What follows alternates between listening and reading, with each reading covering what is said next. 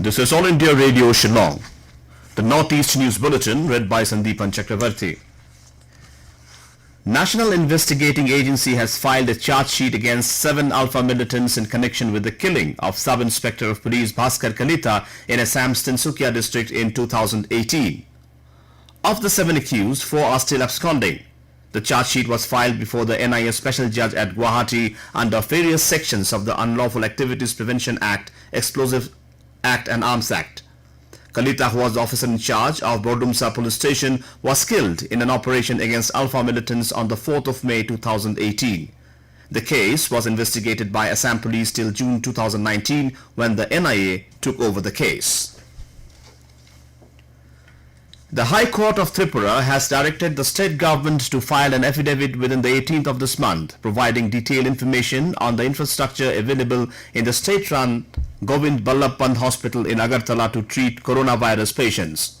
Taking suo motu cognizance of media reports on the plight of COVID-19 patients and their relatives in a hospital, a division bench comprising Chief Justice Akhil Qureshi and Justice Subhashish Thalapatra observed that time has come when the court needs to make inquiries from the government on matters concerning the handling of coronavirus spread in Tripura and more particularly about healthcare facilities for those who have tested positive for coronavirus infection.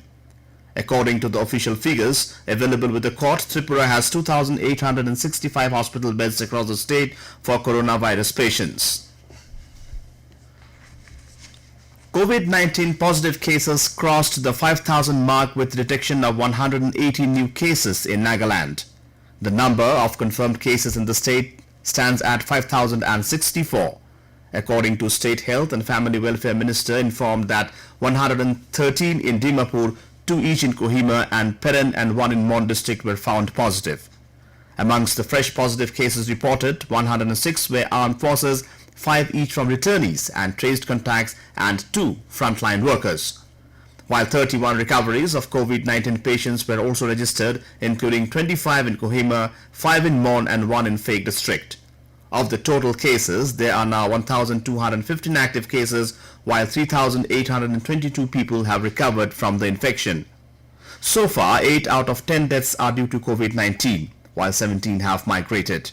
The state recovery rate stands at 75.47%. An elderly woman from Thoubal district of Manipur expired due to COVID-19 infection, taking the total number of fatalities due to pandemic in the state to 45. Meanwhile, 152 people, including 29 personnel from the Central Armed Police Force, were confirmed as new COVID-19 positive cases in the past 24 hours in the state, while 100 persons were discharged after recovery. Among the new positive cases, 109 locals who do not have travel history and are suspected to be infected with the virus through local transmission. So far, Manipur has recorded total positive cases of 7,731 and out of this 6,102 were fully recovered and discharged from different COVID care centers. Currently, the number of active cases in the state is 1,584. The recovery rate registered in the last 24 hours is 78.92%. Meghalaya Education Department will hold a review meeting to discuss the reopening of schools next week. This was stated by Education Minister Lakpan Rimboy. As the process of unlocking has begun, many queries have been made on the reopening of schools in the state, the minister said. With spike in COVID cases in the state, especially in East Khasi Hills district, there is an apprehension on the reopening of schools.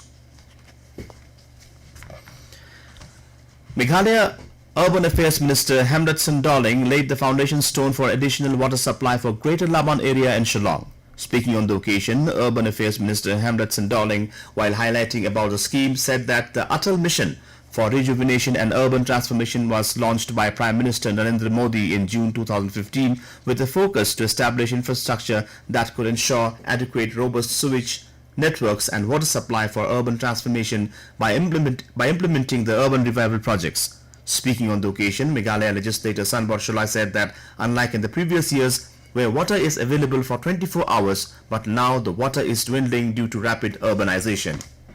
And with that, we end the Northeast News Bulletin from All India Radio Shillong. Have a nice day.